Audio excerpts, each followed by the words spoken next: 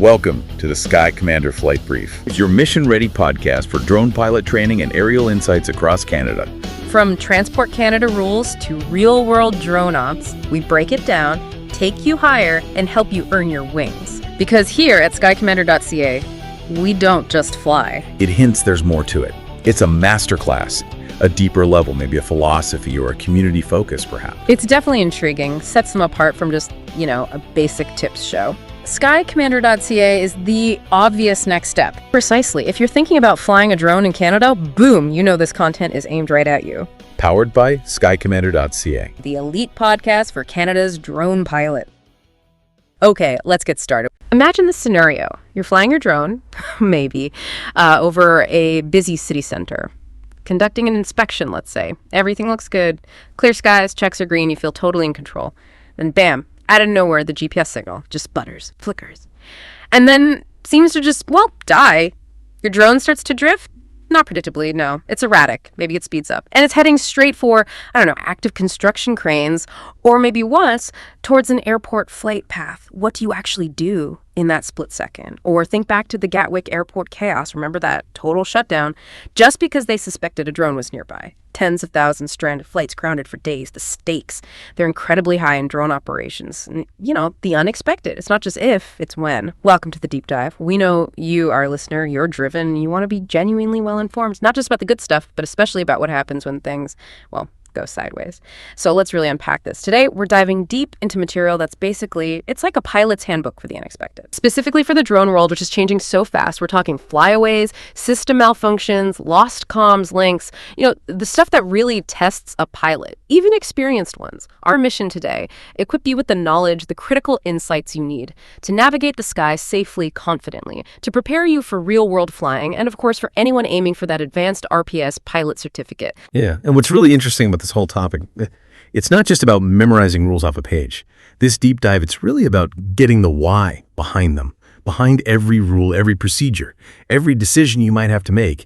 And that fundamental understanding, that's what truly empowers you, the pilot. It lets you act decisively, act safely, responsibly, especially when a crisis hits. It's absolutely crucial for real-world flying and, like you said, indispensable if you're preparing for that advanced RPS's pilot certificate here in Canada. We've really built this discussion on the core stuff, Transport Canada, regulatory documents, and analyses of actual incidents, plus the official guidance for pilot certification. So it's comprehensive, it's practical, and hopefully give you that shortcut to being truly prepared for whatever the skies throw at you. Right. So to really get a handle on the unexpected, to navigate these high-stakes moments, we need to be speaking the same language. First things first, especially when we're talking about what actually went wrong. Like, what is the difference fundamentally between a flyaway and a malfunction? People kind of toss these terms around, don't they? But Transport Canada, they're very precise, and understanding these definitions isn't just academic, is it? It's fundamental for safety, for decision-making, and for passing those exams. That's a perfect place to start. Let's nail these down. A flyaway. Okay, the official definition is loss of control where the RPAS no longer responds predictably to inputs. The key word there, predictably. Think of it like a runaway shopping cart in a big parking lot. Once it slips your grip, it's not following any logic you gave it. It doesn't care where it's going. It's unpredictable, potentially dangerous. And critically, you, the pilot, you're still responsible for trying to mitigate harm. It's completely out of your control, just doing its own random thing. That unpredictability, that's the heart of a flyaway. Now, contrast that with a malfunction. The definition here is any system failure, battery, GPS, comms, airframe, whatever, that prevents safe or normal operation. Mm-hmm. So maybe an analogy helps. Your drone's basically a flying computer, right? A malfunction could be anything. A sudden battery voltage drop, totally unexplained. GPS signal just vanishes. A glitch in the flight controller. Or even something physical, like a problem with a prop or motor. The key difference here is, even with a system failure, the drone might still be somewhat controllable. Or it might kick into a predictable failsafe mode. It isn't necessarily drifting randomly like a flyaway, just unable to do its job safely or normally because something inside broke. That's different from a flyaway, which is that complete unpredictable loss of control. And then there's lost link, closely related but distinct. This one's simpler. It's the loss of command and control link between the drone and your control station. Basically, you lost connection. Now, here's where the nuance is vital. A lost link does not automatically mean a flyaway. Okay. When a drone loses its link, it's usually pre-programmed to go into a failsafe mode. That's like return to home, RTH, maybe hover, maybe auto land, a set behavior. So if it loses the link and it does what it's programmed to do, predictably RTH, hover, land, that's a lost link situation. Yeah. But if it loses the link and then starts drifting randomly, becomes unpredictable, unresponsive, that's when the lost link has become a flyaway. See the difference? Predictable failsafe equals lost link. Unpredictable drift equals flyaway. Transport Canada really drills down on this distinction. You'll see it on exams, flight reviews. It's core stuff. Okay, that distinction is super clear. And it brings us to something really interesting. A common misconception, actually. Something that trips up a lot of pilots. The thinking goes, okay, the drone flew away, it's gone, out of my hands, so I'm not responsible anymore, right? And the answer, which surprises some people, is a definite wrong. You've nailed one of the most fundamental principles in all of aviation. And it applies absolutely unequivocally to drones too. The pilot is always responsible for their aircraft, always, from the second it lifts off the ground. Until it's safely terminated, and importantly, any necessary reports are filed. That excuse, oh, the drone did it, it holds zero water. Not with the regulator, not in court. The core idea is simple, but it's profound. The moment your drone leaves the ground, its fate, good or bad, rests entirely on your shoulders. There are no acts of God exemptions here when it comes to liability, and this responsibility links directly to liability under the Aeronautics Act. If your drone, even in a flyaway you didn't cause, damages property, injures someone, you are liable, period. And that liability under the Act stands, insured or not. Insurance. Well, it only covers the damages if you followed all the rules, if you did your due diligence. If they find negligence, well, the legal fallout can be massive. Wow. Okay, so that unwavering responsibility, what does that mean in practice in those critical moments? When things really do go sideways unexpectedly, you mentioned a hierarchy, a kind of golden rule for drone safety, a mandatory priority list. Exactly. So we call the risk mitigation hierarchy. And the order isn't just suggested, it's mandatory, paramount. When an emergency hits, your actions, your thoughts, your decisions, they must follow this specific sequence every single time, no exceptions. First, protect people, human life. Above everything else, avoid crowds, individuals, populated areas, no matter what. Second, protect other aircraft. Manned aircraft, sure, but also other drones to keep that shared airspace safe. Third, protect property. Minimize damage to buildings, vehicles, infrastructure. And then finally, last on the list, only if the first three are secured. Save the drone. We use a little acronym, sometimes helps it stick. Imagine a superhero pilot cape, right? With PPD stitched on it. People, aircraft, property, drone. The key insight, and it's a tough one under pressure, your instinct might be to save your expensive gear, protect your investment, but aviation safety demands, absolutely demands. You stick to that order, human life first, always. You need to internalize that, burn it into your brain, because in a real crisis, that split-second choice, it could define everything. And yes, this hierarchy is critical for exam questions. They love situational questions that test if you can make the right, prioritized decision under pressure, often with tricky scenarios, designed to see if you'll deviate from PIP. Okay, we've established the huge weight of pilot responsibility. But, thankfully, modern drones aren't just bricks with propellers, are they? They have some smarts built in. An emergency brain, if you will. These fail-safes. Most drones today are pretty smart that way, but just how smart are they really? When things get truly hairy, what are their actual limits in a real emergency? That's such a vital point. Because fail-safes, while they're indispensable safety nets, they are absolutely not foolproof. Not by a long shot. You got different types, right? Return to home, RTH is the most common. But you also have hover in place or auto land sequences. But, and this is the crucial bit they care to tell, they all have significant limitations. Limitations that you, as an advanced RPAS pilot, absolutely must understand. Probably the biggest misconception trap, the one that can lead to really bad outcomes. Believing RTH works without GPS. That is fundamentally false. No stable, reliable GPS signal means no RTH, period. Think of it like this. Your drone's trying to call a cab home, right? But it doesn't know its own address. It doesn't know the home point coordinates without that GPS lock. So lose GPS. Your RTH function is basically useless. Relying on it then, that's a critical error. But it's not just about the tech working. It's also about context. Not all fail-safes are legal or even safe in every situation. Take urban flying, for example. In many downtown scenarios, a preset land immediately fail-safe or you manually commanding an immediate landing, that's often way safer than letting RTH kick in. Why? Well, think about it. An automated RTH path could fly your drone right over dense crowds, busy streets, maybe buildings you didn't account for. It could actually make a bad situation much, much worse. Turn it into a public safety nightmare. The right call there might be to override RTH, force an immediate landing in the safest spot you can find, even if it's just a small patch of clear ground.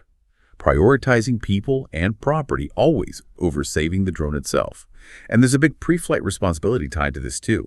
You are absolutely required, before you even think about taking off, to make sure your drone's fail-safe settings are configured correctly and that they're appropriate for that specific mission. The classic example is RTH height. You have to set it high enough to clear everything between you and home base. Trees, buildings, antennas, power lines, everything. If your RTH height is too low and the drone hits something during a lost link or malfunction, guess what? That's on you. That's pilot error for improper pre-flight configuration. It just shows how deep that pilot responsibility goes. It's not just in the air. It starts way before, with diligent planning and setup. That's a really stark reminder. Technology helps, yeah, but it's no substitute for good old pilot judgment. So if RTH isn't always the magic bullet, or if it could even be dangerous, what is the ultimate safety net in a drone emergency? Sounds like it really just comes back to the pilot's own skills, doesn't it? Independent of the automated stuff. Precisely. You've hit the nail on the head. This goes right to the core of what being an advanced pilot means. Advanced RPAS pilots are absolutely 100% expected to be able to manually control their drone. Specifically, in ADTI mode, attitude mode, where it holds level but drifts with the wind, no GPS holding it steady. Or maybe even full manual mode, especially if GPS is lost or becomes unreliable. Now, it might not be spelled out word for word in every single line of the CARs, the regulations, but TP 15263, that's the official guide outlining knowledge requirements for advanced ops, it makes this a clear, non-negotiable expectation. You can't just throw your hands up and say, the GPS failed, nothing I could do. No. As an advanced pilot, the expectation is you have the skills to intervene manually, stabilize the drone, and bring it down safely, even without GPS help. And this isn't just theory. It's commonly tested and tested rigorously during the advanced RPAS flight review because it reflects real life. GPS signals can be weak, they can be jammed, sometimes even spooked. Your ability to stay calm, take manual control effectively, that's often your last line of defense. Okay, right. So we've armed ourselves with the definitions. We understand the huge responsibility. We've dissected the drones, fail-safes, their strengths, and crucially, their weaknesses. Now, the unavoidable truth. When a drone does misbehave, maybe it's a small glitch, maybe it's a full-on flyaway. Do you just, keep quiet, hope nobody noticed, carry on like nothing happened? What are the actual rules, the obligations for reporting incidents, and how wide does that net cast? This is absolutely critical. And yeah, the scope for reporting is much broader than many pilots realize at first. Basically, any flyaway or malfunction that affects or even could affect safety, that needs reporting. It's not just about crashes causing damage or injury. No. It explicitly includes near misses, or even events that might look harmless but still put airspace, people, or other aircraft users at risk. For example, say your drone malfunctions, drops 400 feet into what you think is an empty field, but maybe it was near a walking path, or just unpredictably occupied airspace someone else might have needed. That needs reporting. CARTAS 901.49 is the key reg here. It says, any incident that results in or could result in risk to aviation safety is reportable. Mandatory. These reports, they generally go to Transport Canada, often directly to ATC if you're in controlled airspace, or they get filed for CADORS, the Civil Aviation Daily Occurrence Reporting System. Transport Canada uses all this data to spot trends, improve the rules, make flying safer for everyone. And yeah, they definitely like to test if you get that even potential risks. Those near misses still trigger that mandatory reporting duty. Okay, that raises a really important question. This is where the rubber meets the road, right? Let's walk through some realistic what-if scenarios, stuff that could genuinely happen to you out there. Or, pop up during your advanced RPAS pilot certificate exam. How would a properly prepared advanced pilot handle these real challenges? Excellent idea. Yeah, walking through these is probably the best way to make it all click. We can look at each one, see what goes wrong, and then map out the correct compliant response, tying it back to those definitions, priorities, and rules we talked about. Okay, scenario 1. GPS spoofing downtown. Picture this. Complex mapping job, maybe a new skyscraper site right downtown, busy area. Suddenly, your drone's GPS goes haywire, jumps around hundreds of meters off, erratic. The drone thinks it's somewhere else entirely. It starts drifting unpredictably fast, maybe towards active cranes.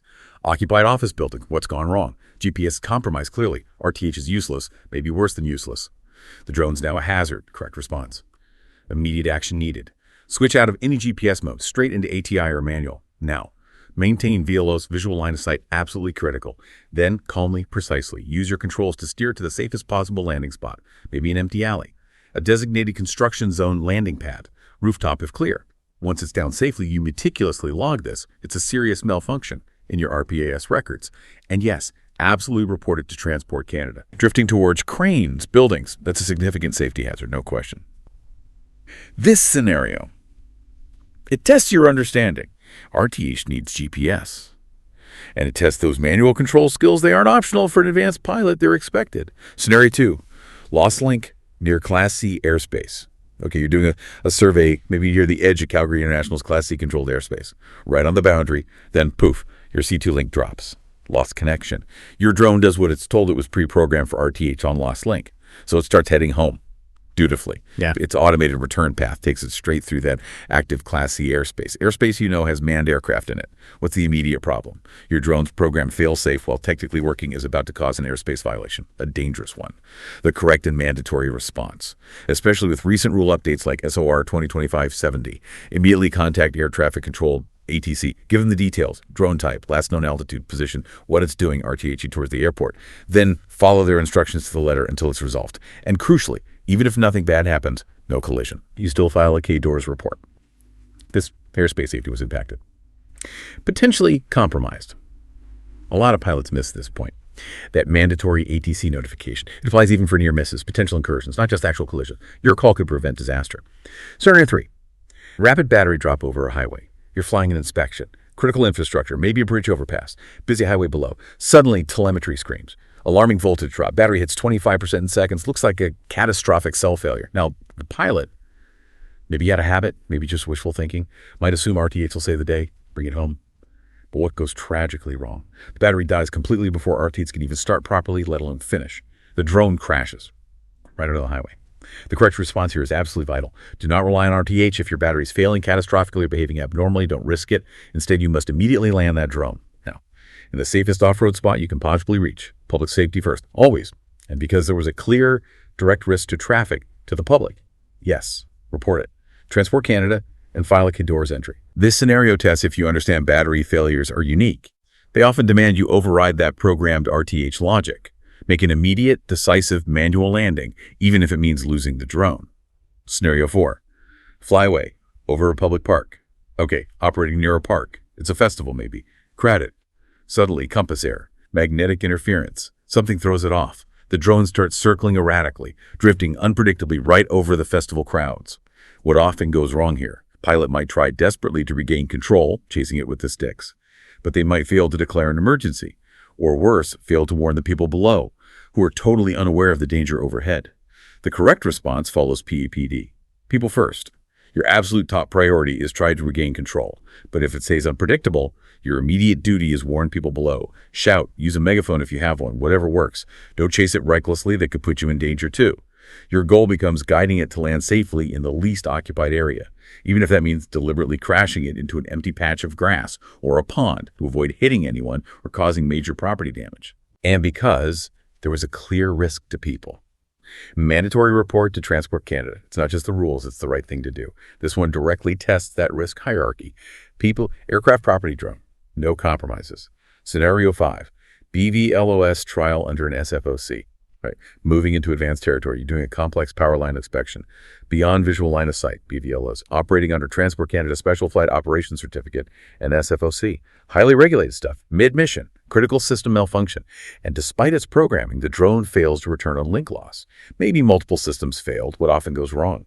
The pilot might just treat it like a normal VLS incident. Log it into records, maybe report it later. But they tragically miss that an SFOC, especially for BVLOS, comes with much stricter reporting rules. Stricter ATC notification requirements, often spelled outright in the SFOC document itself. The correct, compliant response. Immediately contact Navi Canada or ATC, whichever is specified in your SFOC conditions, then notify Transport Canada with a detailed incident report and log everything meticulously. This isn't just basic cars anymore. It's about adhering to those advanced, often tougher obligations that come with special permissions like an SFOC. Those permissions give you privileges, sure, but they also demand a way higher accountability because the risks in BVLOS are inherently greater. That's a really thorough run through of some pretty intense situations. So, okay, the immediate emergency is over. Drone's on the ground, hopefully safely. Is the job done then? I'm guessing there are still some critical things to do after the incident. Duties that are just as important as how you handled it in the air. Oh, absolutely. Your responsibilities don't just evaporate when the drone touches down. Not at all. First, Documentation. This is huge. Immediately, meticulously record everything. Precise time, exact location coordinates if possible, weather conditions at that moment, drone's last known altitude, and exactly how it behaved during the incident. All that detail goes straight into your RPAS logbook or official records. SODR's 901.48 mandates this. It's not just good practice, it's the law. And it's vital for any investigation, helps Transport Canada spot patterns, prevents future incidents. Second, and this is serious, liability. Like we talked about, if your flyaway or malfunction did cause damage, injure someone, you are directly liable under the Aeronautics Act and under civil law. And remember, your insurance policy, it will only cover you if you are fully compliant. Diligent checks, proper maintenance, followed procedures. If they find negligence, non-compliance, insurance might just walk away, leaving you holding the bag for potentially huge costs.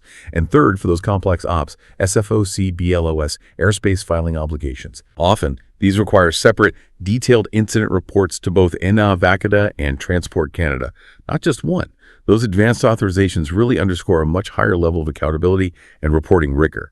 Comes with the territory. It's crystal clear that flying drones today requires serious diligence, a deep grasp of some pretty complex rules. But it wasn't always like this, was it? Let's maybe take a quick look back at the Wild West days of drones in Canada. Because understanding how we got here, that evolution, it really helps put today's structured rules into perspective, helps us appreciate why they exist. Indeed it does. Before roughly 2018, the whole landscape for RPS back then, often just called UAVs or drones, it really was like a Wild West era. There were hardly any specific Canadian rules just for drones beyond General Aeronautics Act stuff about negligence or flying dangerously, flyaways. Disturbingly common back then. GPS wasn't as good, less redundancy in early models. But reporting, mostly voluntary, really inconsistent.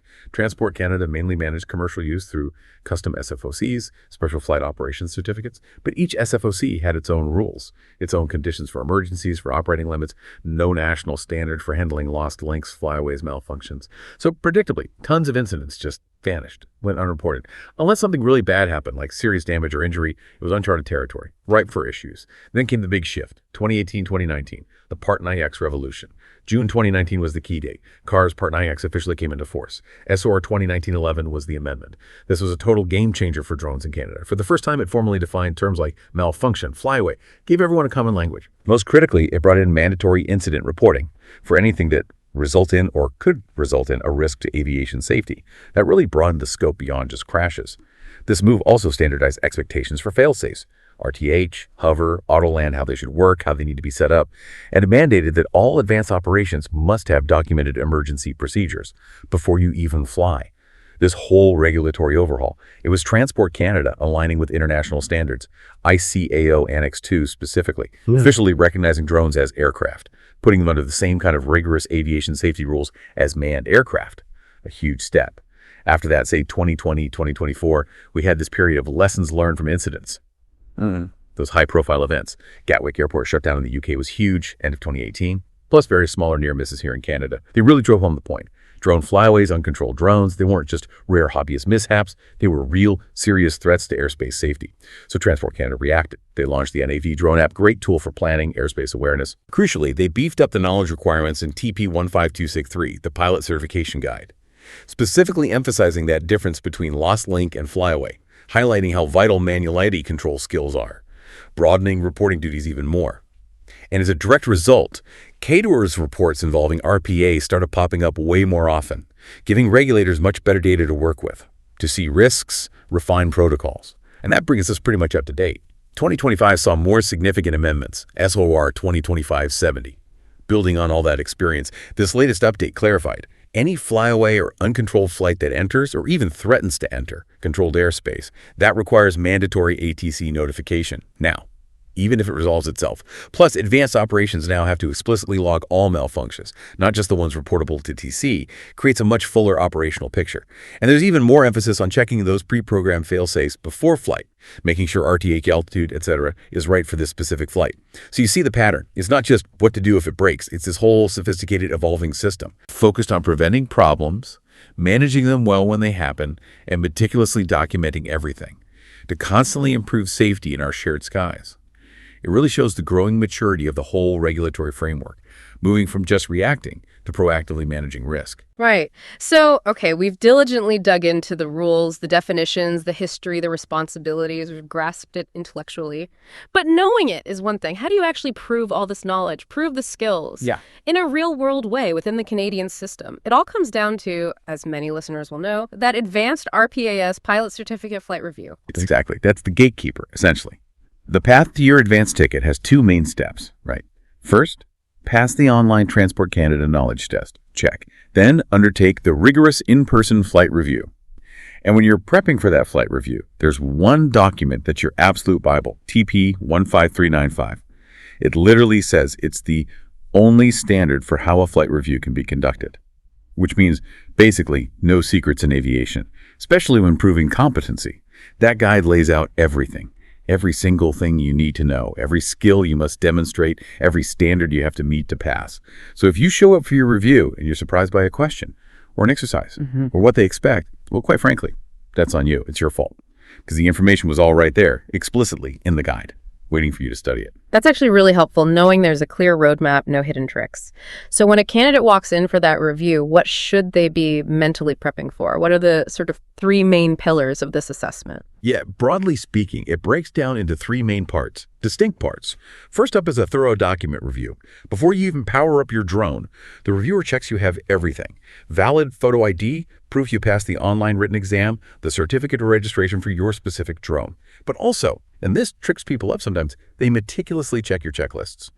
Regulatorily compliant checklists for normal ops, emergency procedures, and your site survey procedures. As required by CARS 901.23 and 901.87, these aren't just paperwork. They prove you operate to a standard, that you're prepared. Many good training providers, like us, offer SOP guide bundles to make sure you have all this documentation spot on, ready to go. It shows operational maturity, compliance. It's not just ticking boxes. Second part is the knowledge confirmation, often called the flight planning portion. This is where you show you can do a proper mock site survey. For a simulated advanced operation, the reviewer gives you a scenario, realistic but hypothetical. Then they'll grow you in-depth questions about your proposed plan for that mock site, covering everything: airspace classifications, restrictions, specific regs for that area, how you'll manage bystanders, weather current and forecast, human factors, fatigue, distractions. You'll also need to brief the reviewer they act as your crew or observer on their duties and the potential what-ifs for this mission. This whole section, it's pass-fail. The main goal is to see if you can effectively, efficiently, and safely plan and prepare for an advanced flight. So if your site survey totally misses, say, the correct airspace class or a crucial NOTAM, that's a critical error, because the core aim safe, efficient planning wasn't met. And finally, the part everyone waits for, the flight portion. This is where you actually fly. Demonstrate safe takeoff, controlled landing, and various manual flight skills. Now, the exact maneuvers might vary a bit between reviewers, but the core expectation, it's constant. Maintain positive control, always. Show stable, precise flying. Systematic navigation. Can you navigate using landmarks? Judge your drone's position, distance, altitude accurately without just relying on the GPS map. Maintain strict visual line of sight. For modern drones, they want to see you fly it exactly like the manual says for normal stuff. No fancy aerobatics needed. Just professional control, good situational awareness, and yeah, basic stuff like taking off and landing safely. Without help, without fumbling for the manual. That's baseline. Expected at this level. The focus is precision, control, doing tasks smoothly under simulated operational pressure, showing you're ready for complex jobs. That sounds incredibly thorough. And I'm really wondering how they test the emergency stuff in that flight portion, those high-stakes scenarios. Do they just say, okay, simulate a lost link now?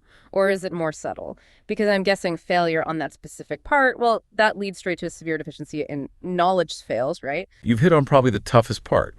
No, they absolutely do not just tell you, okay, this is a lost link. The reviewer will describe a situation to you, and it's entirely up to you to instantly recognize what emergency is happening and then, crucially, take the right steps. So for a lost link scenario, they might say something like, your controller's showing signal loss. Drone doesn't seem to be responding to your inputs. Yeah. You need to immediately recognize, okay, lost C2 link. Attempt to regain control may be steps from your emergency checklist. Then, whether the link comes back or stays lost, you take the appropriate action based on your drone's programming and this situation. Land it. Let RTH continue if safe. You absolutely have to know your drone's preset lost link behavior, RTH hover, land, and be ready to let it happen safely or override it manually if needed. Now, the flyaway scenario, yeah, that's often seen as the most critical test. It's one of the most serious things that can happen. The description might be more like, okay, your drone has started drifting erratically, it's not responding to your commands at all, and it's heading rapidly towards that populated area, controlled airspace over there, unquote. In that high-stress moment, you must immediately identify and say out loud its present position, landmarks, compass, coordinates, its direction of flight, its current altitude. You also need to estimate flight time remaining based on battery or fuel and give that estimate in minutes. And if, in that simulation, it is heading toward controlled airspace, you must state you'd immediately notify ATC. Give them all the details. As per the regs, like AMEA 3.2.3.7, which covers incident reporting, failing to recall and execute those immediate critical steps under pressure, yeah, that's a critical error. That's a fail in the review. Which brings us neatly to how they actually judge performance. It's not just pass-fail on the whole thing, is it? It's about how you handle mistakes, too. How do they categorize errors during this review? Right, the standard, TP 15395, is very specific about assessing performance and errors. 3 main types: minor errors, small slips; momentary deviations, easily corrected, no big deal if you fix it quick; major errors, more significant deviations. Not an automatic fail, but it requires the reviewer to step in, discuss it, make sure you correct it, and meet the standard. A serious learning moment. And then critical errors. These are an automatic fail. Game over for that attempt. Examples: any violation of the cars, obviously. Repeatedly failing to manage your own errors, not noticing or fixing your mistakes, not recognizing clear safety threats, or maybe the big one, completely failing to perform the essential elements of a required task. Basically not meeting the overall aim of a section. Like we said, if the aim of planning is safe and efficient, and your plan is fundamentally unsafe or inefficient because you missed something huge like airspace rules, that's critical. You didn't meet the aim. The document even gives examples, like failing because a pilot forgot flight boundaries, just showed poor situational awareness throughout the flight. Okay, so after breaking all that down, what's the ultimate secret, if there is one? The key to actually succeeding in this advanced pilot flight review based on all these official sources? The ultimate secret, well, maybe it's not a secret, maybe it's just aviation's brutal truth, is preparation. Rigorous, diligent preparation. If you are surprised by anything on that exam written or practical question, an exercise, it's entirely your responsibility, your fault. Why? Because everything, absolutely everything, was laid out explicitly in those Transport Canada guides. You are 100% expected to have read, understood, and internalized TP 15395, the review standard, all of CAR's Part 9, the drone rules, and the RPAS section of the AMAL, the Aeronautical Information Manual. It's all public, free from Transport Canada. A deep understanding isn't just nice to have, it's paramount. Required for success. Success here isn't about magic or raw talent. It's about solid preparation meeting the opportunity to demonstrate competence. And in aviation, you prove it first. That's a really powerful practical guide for mastering drone operations today. But this whole field, it's moving so fast, isn't it? A rapidly evolving frontier. If this all sounds like a lot now, gosh, imagine what's coming next. Regulations are catching up, yeah, but sometimes they're leading the way too. What kind of maybe exciting, maybe challenging future trends should we be watching for in drone ops and safety? You're absolutely right. The future is definitely reshaping the skies as we speak. And yeah, drone ops, especially safety, accountability, how we manage incidents, it's all set for some pretty big shifts. One of the biggest ones on the horizon, widespread remote ID integration. We're expecting that to really take hold around 2026, 2027 here in Canada, catching up with the US and Europe. What does remote ID mean? Basically, every compliant drone will broadcast its ID and location electronically in real time, traceable. So if a flyaway happens, its path, its ID, electronically recorded, identifiable. This could fundamentally change reporting, might shift from being purely pilot-driven manual reports to more automated data submission, making incident tracking, investigation, analysis way more efficient for regulators, huge implications for accountability. We're also almost certain to see AI-assisted failsafes emerge and eventually probably become required. Right now, failsafes are kind of binary, like we discussed: RTH, hover, land, basic commands. The near future, think AI-driven avoidance, systems that make smart real-time decisions, choosing the safest landing spot dynamically, reacting autonomously to the environment, obstacles, hazards, with way more nuance than today's systems. This kind of intelligent, proactive decision-making, it'll likely become a regulatory requirement, especially for complex stuff like BVLOS, where the pilot is miles away. It's a major shift from reactive safety to proactive, intelligent safety, another critical area. Stricter liability and insurance. As drones become more common, especially flying over cities, complex areas, it's widely expected future rules might mandate specific liability insurance, just for advanced RPS ops. Why? to protect the public, protect property from potential damages if things go wrong. So consequently, future exams, they'll likely test more complex insurance and liability scenarios related to malfunctions incidents, reflecting that increased focus on financial and legal accountability for operators, and expect deeper integration with manned aviation reporting systems. As drones get more integrated into shared airspace as traffic density grows, RPAS incident reporting will likely merge more closely with existing TSP protocols, manned aviation reporting structures. A drone flyaway might eventually be classified and investigated with the same level of rigor as a manned aircraft loss of separation or airspace incursion. That really signals its growing importance, its critical impact on overall airspace safety and traffic management, elevates the seriousness, the accountability to a whole new level within the broader aviation system. And finally, something pilots need to watch: pilot competency evolution. We're seeing increasing risk globally of GPS denial, GPS jamming. It's already a problem in Europe, other areas, often linked to electronic warfare, intentional interference. It's a growing threat. So, future standards might well require documented ATI or full manual control training and an explicit mandatory part of the advanced certificate, not just expected knowledge, but proven skill. To ensure pilots aren't just book smart, but genuinely proficient, fully ready to take over if those automated GPS-reliant systems fail. The focus keeps shifting, right?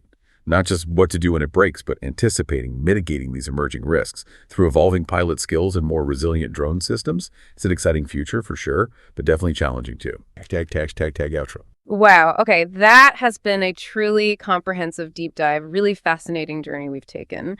From decoding the drone disaster dictionary, understanding those smart but limited failsafes, navigating intense emergency scenarios, to tracing the history from the Wild West to modern rules, getting the playbook for the advanced flight review, and even peering over the horizon at what's next. We really hope this deep dive has given you, our listener, a genuine shortcut to being incredibly well-informed and, maybe more importantly, exceptionally well-prepared. Yeah, and this whole discussion, it really brings us to a compelling final thought, doesn't it?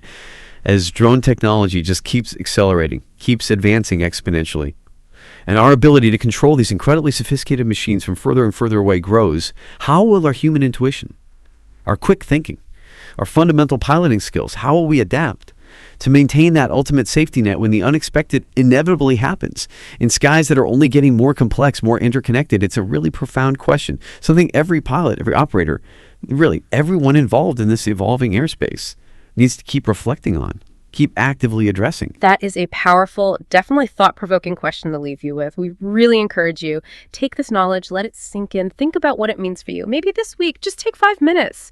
Review your own drone's fail-safe settings. Are they really optimal for how you fly? Or maybe revisit a few key sections of the SACAUS online. See how much is covered, how critical your role as the pilot really is. Because being prepared, it's not just about passing an exam, is it? It's about building a culture of safety, making our shared skies safer for absolutely everyone. Until next time, fly safe.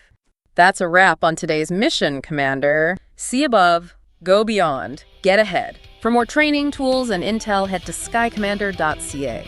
If you learned something new, share it, subscribe, and leave us a 5-star debrief.